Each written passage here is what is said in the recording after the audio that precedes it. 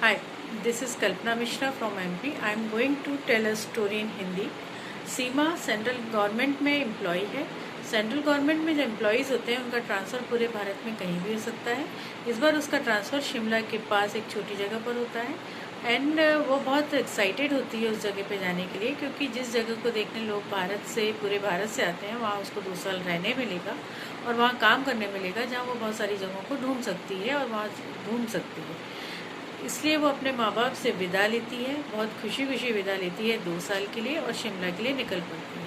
जब वो शिमला पहुँचती है तो वहाँ पर उसको सेंट्रल गवर्नमेंट का रेस्ट हाउस मिलता है रहने के लिए। वहाँ उसको एक ऑर्डर भी मिलता है कि आप अपने महीने भर में अपने रहने के लिए जगह ढूंढ लें। तो वो अपने सर्वेंट्स, अपने कलीग्स के साथ मिलकर घर के लिए अपना सारा कार्यक्रम शुरू करती है। ढूंढना उसकी शर्तें रहती हैं कि जो शहर के पास हो, पर एकांत ज़्यादा एकांत में भी ना हो और एकांत में भी हो, दोनों ही चीज़ें हैं, और उस पर पैसा भी ज़्यादा ना लगे। तो हफ्ते भर और 15 दिन की कवायद के बाद उसको एक घर पसंद आता है। उस घर में जाती है वो मिलने। वो घर एक ब्रिगेडियर साहब का रहता है जो रिटायरमेंट के बाद वहाँ रहते हैं, वो और उनकी पत्नी और 2 नौकर। सिर्फ उस घर में 4 ही लोग रहते हैं। वो घर बहुत बड़ा रहता है। उस घर में 2 हिस्से होते हैं। एक हिस्से में ये पूरा परिवार रहता है और एक हिस्सा उन्हें किराए पे देने के लिए रख रखा था। और वो बहुत एक्साइटेड थी घर देख के, क्योंकि घर जो था वो पहाड़ी पर था। वैसे भी शिमला में घर जो होते हैं वो पहाड़ियों पर होते हैं और बहुत खूबसूरत लगते हैं। वहाँ से अगर आप नज़ारा देखें तो बहुत खूबसूरत नज़ारा होता है, जिसको देखने ही लोग बाहर से आते हैं। तो वो उस घर को देखती है जिस घर में उसको रहने मिलना होता है। वो बहुत एक किले नुमा घर होता है।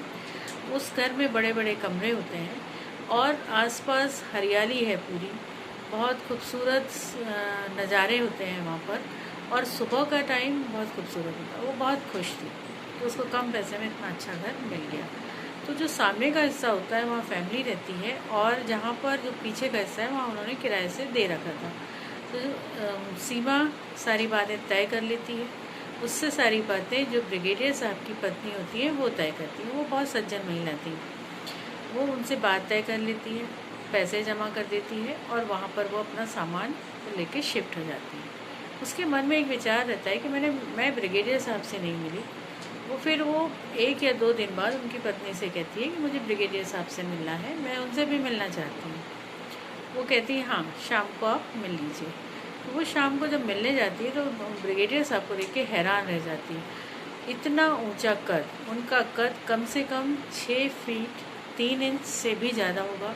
अच्छी कद काठी है। अब वो चूँकि ब्रिगेडियर हैं, बड़ी बड़ी उनकी मूँछें हैं, बहुत स्ट्रिक्ट हैं, जलती हुई आँखें हैं।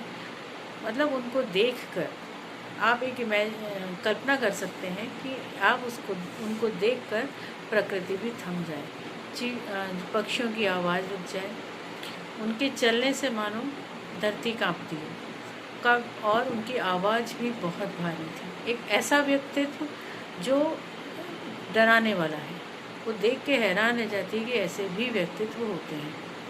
वो चुप रह जाती है, आराम से उनके साथ, पर वो अपने आराम से उनके साथ रहती है। वो ना उनसे कोई बात करते हैं, ना उनसे वो कुछ कहते हैं। वो उनको व्यक्तित्व को देख के ही बात नहीं कर पाती। फिर वो अपने घर लौट आती है, आराम से रहने लगती है। सुबह अपने ऑफिस जाती है, रात को आती है। जब वो रात को घर आती है, सब चीज़ों से फ्री हो जाती है, जब वो सोने जाती है तो उसको पीछे के कमरे से घुंघरुओं की आवाज़ आती है। वो डर जाती है, कोई भी डर जाएगा। वो डर जाती है, वो अब दुबक कर सो जाती है। दूसरे दिन, तीसरे दिन हर वक्त एक गाना चलता है, जनक जनक पायलिया बाजी। रात के 9 या 10 बजे के बाद गाना शुरू हो जाता है। पायलों की आवाज़ आती है, घुंघरुओं की आवाज़ आती है। अब वो डरने लगी। अरे बाप रे, जिस घर को वो इतनी खूबसूरती से उसने रखा था, जो घर इतना खूबसूरत था, वहाँ पर इस तरीके की आवाज़ें, कोई भी डर जाएगा। वो बहुत डर जाती है। वो दूसरे दिन उनसे बात करती है, उनकी जो मिसेज़ होती हैं ब्रिगेडियर की, उनसे बात करती है कि इस तरीके की आवाज़ें क्यों आती हैं। तो वो कुछ कहती नहीं, वो नज़रें नीचे कर लेती हैं। वो कहती है ऐसे क्यों होता है। फिर वो कहती हैं थोड़ी देर बाद हिम्मत जुटा के कि ऐसा कुछ भी नहीं है, ये तुम्हारी गलतफहमी है। कहती नहीं, मुझे रोज़ ये आवाज़ें आती हैं और मुझे बहुत डर लगता है, मैं घर छोड़ दूँगी। बोले नहीं नहीं, तुम घर नहीं छोड़ना, ऐसा कुछ नहीं है, तुम परेशान मत हो। वो कहती अच्छा ठीक है। बोले आज से नहीं आएगी। बोले ठीक है। वो चली जाती है। जब वो चली जाती है तो रात को फिर वही आवाज़। अब उसको तो बहुत ज़्यादा डर लगता है कि अरे बाप रे ये क्या हो रहा है करके। तो वो दूसरे दिन उनके सर्वेंट से बोलती है कि ये इस तरीके की आवाज़ आती है, ये क्या है। कहते हैं कि सर्वेंट्स भी चुप रह जाते हैं, वो इधर उधर देखने लगते हैं। बोलते क्या है, अगर वहाँ कोई प्रॉब्लम है तो मैं वहाँ नहीं रुकना चाहती, मुझे डर लगता है। बोले नहीं नहीं, आप डरिए मत, ऐसा कुछ भी नहीं है। वो कहती है कि उनकी मिसेज़ ने कहा था आपसे आवाज़ नहीं आएगी, तो ऐसी क्या बात है कि आज आवाज़ आ रही है, आज से नहीं आएगी, तो क्या चीज़ है ये। बोले नहीं नहीं मैडम, ऐसा कुछ भी नहीं है, अब नहीं होगा। वो उस दिन रुक जाती है। जब वो उस दिन रुक जाती है, उस दिन रात को आवाज़ नहीं आती, वो खुश हो जाती है। पर उसके मन में एक विचार रहता है कि अगर ये इस तरीके की आवाज़ें हैं, इनके कहने से वो रुक कैसे जाती हैं। पर चलो रुक गई हैं, अपन शांति से सो सकते हैं। पर वो दूसरे दिन फिर वही आवाज़, फिर वही ज़ोर ज़ोर से गाने की धुन और ज़ोर ज़ोर से घुंघरुओं की आवाज़। वो बहुत ज़्यादा घबरा जाती है। वो सोचती है अब इन लोगों से बोलने से कोई फ़ायदा नहीं है, मुझे ही थोड़ा हिम्मत जुटा के देखना पड़ेगा कि आखिर ऐसा है क्या। एक दिन बंद हो जाता है फिर आ जाने लगता है, ऐसा क्यों।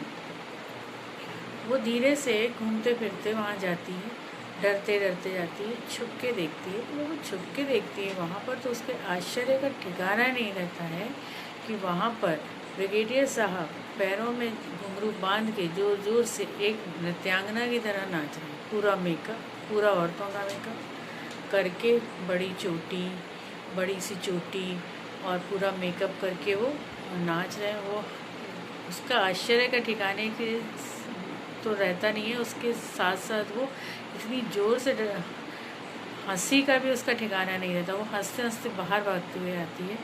उसके मन में ये होता है कि ये क्या है, मैंने गलत देखा या मैंने सपना देखा। उसके पेट में हंसते हुए बल पड़ जाते हैं। वो सोचती है इस बारे में तो बात करनी पड़ेगी। वो दूसरे दिन जाती है और उनकी मिसेज से कहती है कि मैंने ऐसा देखा कि ब्रिगेडियर साहब आज पे, क्या ये सच है।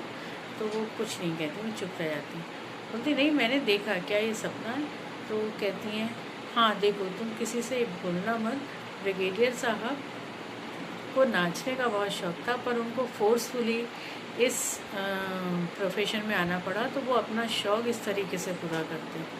वो उनकी शक्ल देखती रह जाती है, इतना ऊंचा और इतना भारी और इतना डराने वाला व्यक्तित्व क्या इस तरीके से कर सकता है। चोटी बांध के, कपड़े औरतों के पहन के ज़ोर ज़ोर से नाच रहा है। वो हंसते